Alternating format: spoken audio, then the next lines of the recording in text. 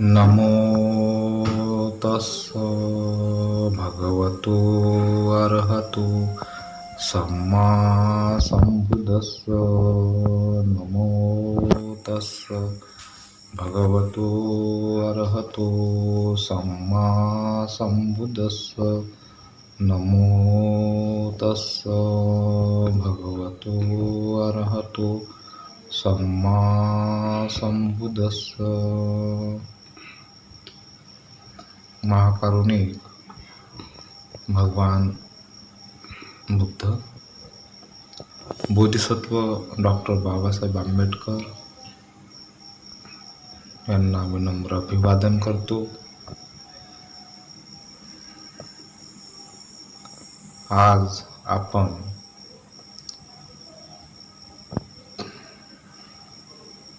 एक गाथा घेणार आहोत आणि त्या गाथेचंच विश्लेषण, निरूपण आपण करणार आहोत. श्रद्धाये तरली ओघं अपमादेन अन्नवं वीर्येण दुःखमुच्यन्ते पय्येन परिशुध्यति. श्रद्धेने ओघ पार केला जातो. श्रद्धा हे बीज आहे. श्रद्धा हे जीवनाला फुलविणारी ऊर्जा आहे. ज्या माणसाची जशी जशी श्रद्धा राहते, माणूस तसा घडत जातो. आणि म्हणून श्रद्धेला माणसाच्या जीवनात महत्त्वाचं स्थान आहे. ही श्रद्धा प्रत्येक राष्ट्राची, प्रत्येक समाजाची, प्रत्येक समूहाची वेगवेगळी राहू शकते. आपण पाहतो की राष्ट्रीय जीवनात, सामाजिक जीवनात, समूह जीवनात श्रद्धा हे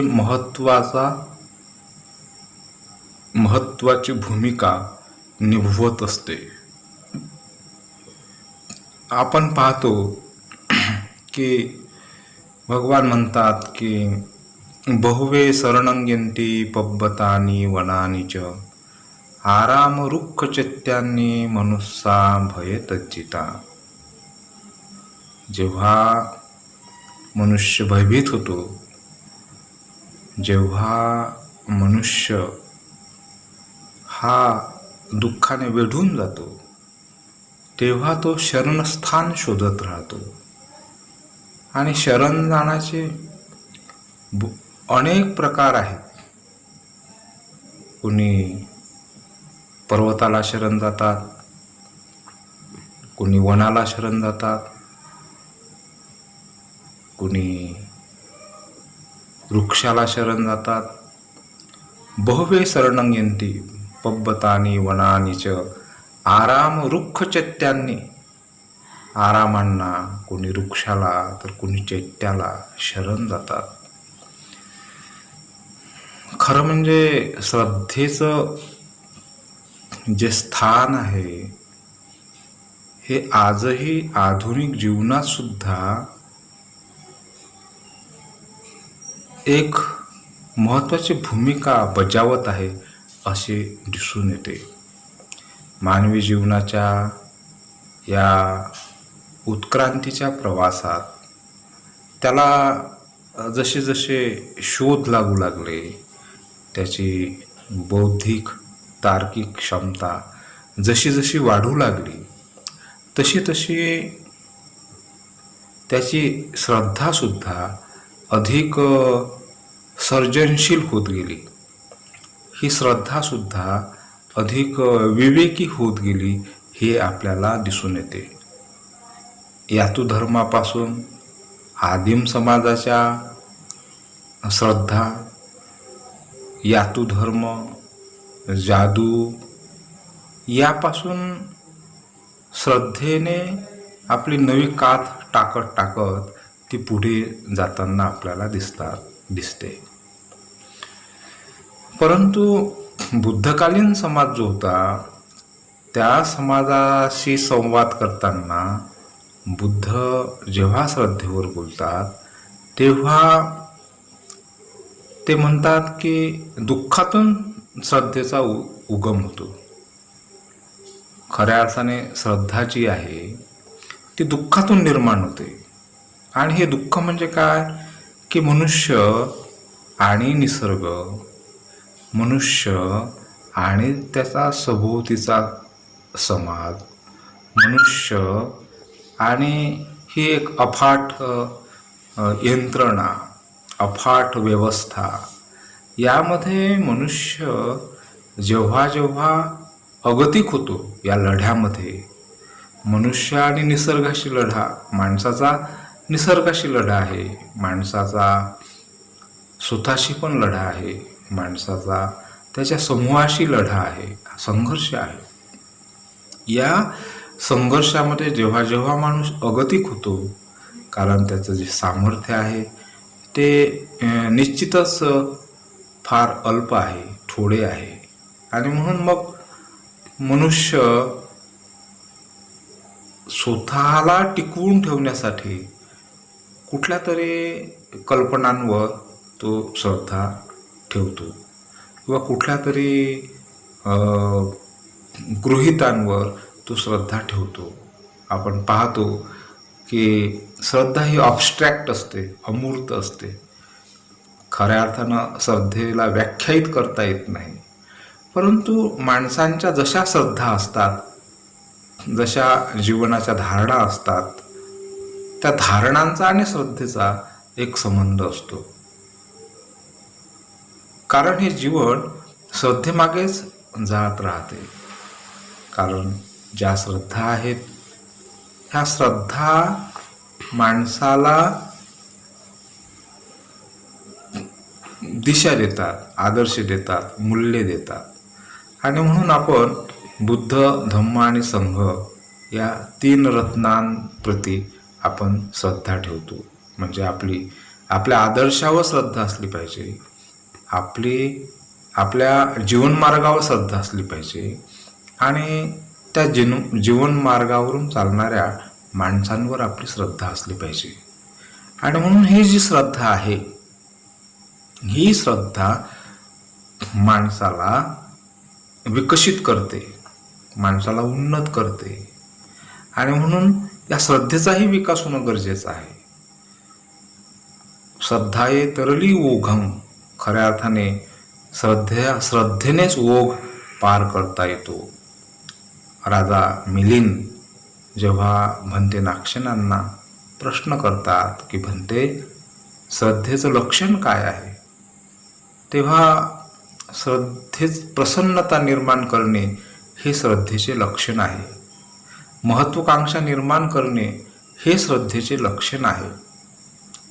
भंते, प्रसन्नता निर्माण करणे हे श्रद्धेचे लक्षण कसे आहे, एखादी उपमा देऊन स्पष्ट करावे.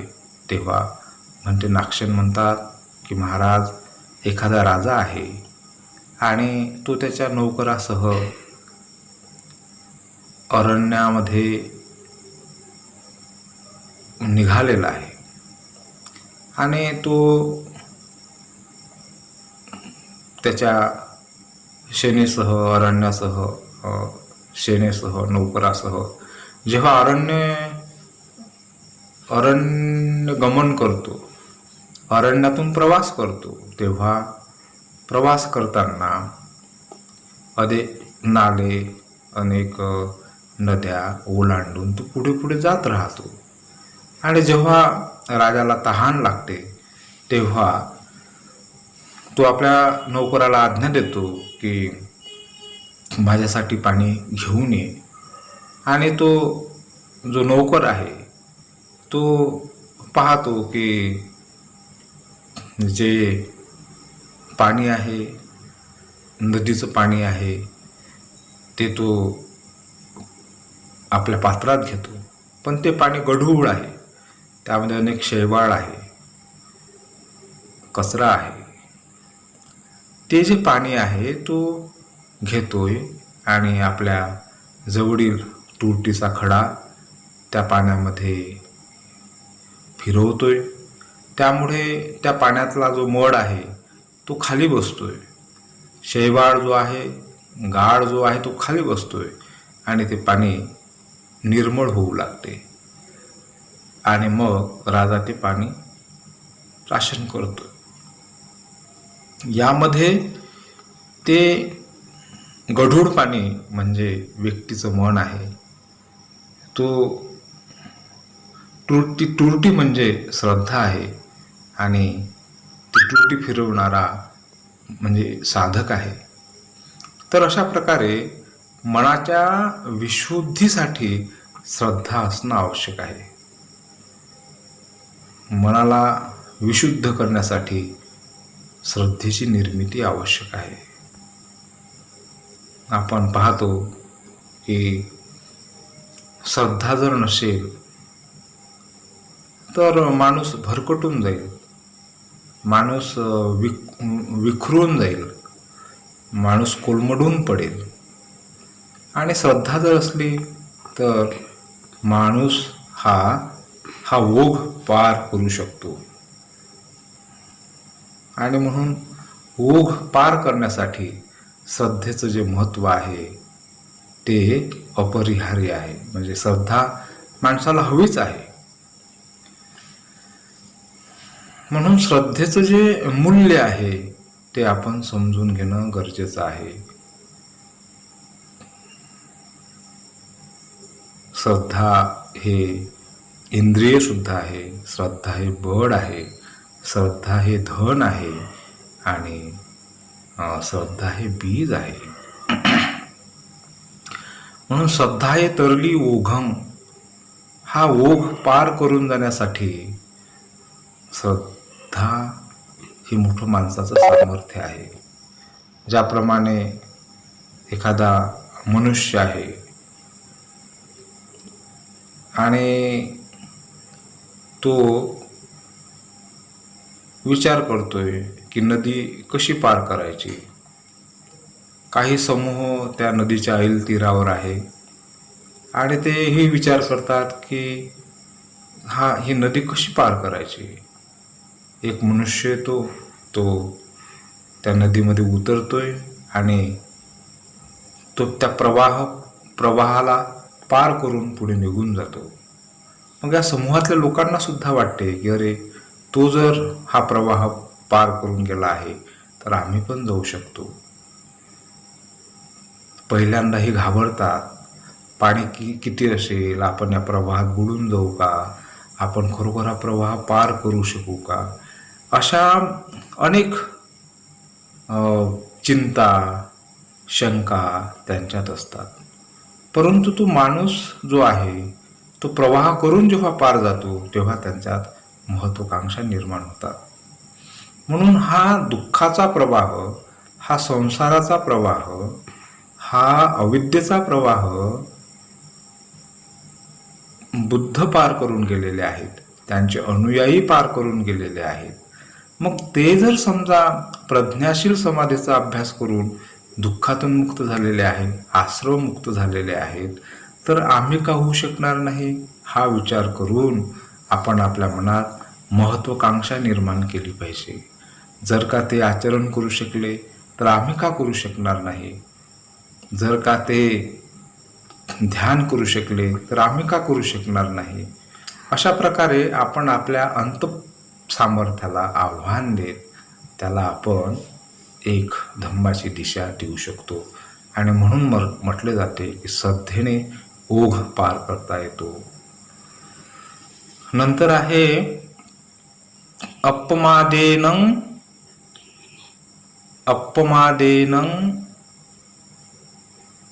अन्नवं, म्हणजे अप्रमादी असणे.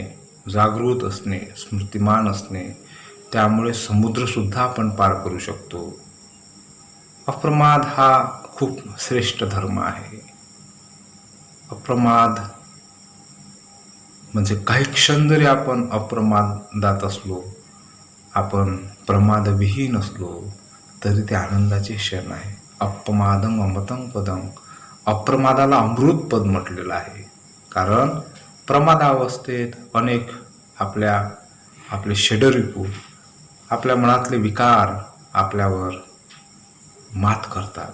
पण जेव्हा अप्रमाद निर्माण होतो, तेव्हा मात्र काय होते की आपण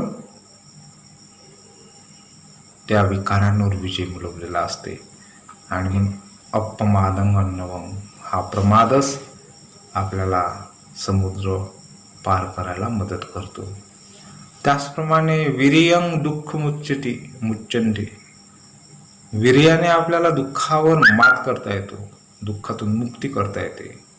हे जे वीर्य आहे, हे वीर्य सर्व कुशल धर्मांना आधार देणारं आहे. ज्याप्रमाणे एखाद्या मनुष्य त्याचं जर घर पडू लागले तर तो एखाद्या खांबाचा आधार देतो आणि त्या खांबाचा आधार देऊन ते घर तो कायम ठेवतो, टिकून ठेवतो. म्हणजे खांबाचा हा खांब म्हणजे वीर्य आहे. वीर्य हे एखाद्या खांबासारखे असते, ते आधार देते, टिकवून ठेवते. म्हणून स्वधर्माच्या आचरणात टिकून राहण्यासाठी वीर्याची भूमिका अतिशय महत्त्वाची आहे. पय्येनं परिशुद्धती, आणि खऱ्या अर्थाने प्रज्ञेनेच माणसाची परिशुद्धी होते. या जीवनाकडे जेव्हा आपण अनित्य दुःख अनात्म या भावनेने पाहतो, तेव्हा आपण परिशुद्ध होत जातो.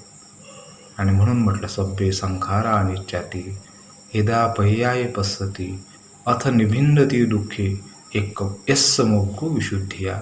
हाच विशुद्धीचा मार्ग आहे. सभ्य संखारा दुःखाती यदा पर्याय पश्यति अथ निभिन्नति दुःखे यस्य मोक्षो विशुद्धिया. सभ्ये धम्मानत्ताति यदा पर्याय पश्यति अथ निभिन्नति दुःखे यस्य मोक्षो विशुद्धिया. भवतु सब्ब मंगलम्.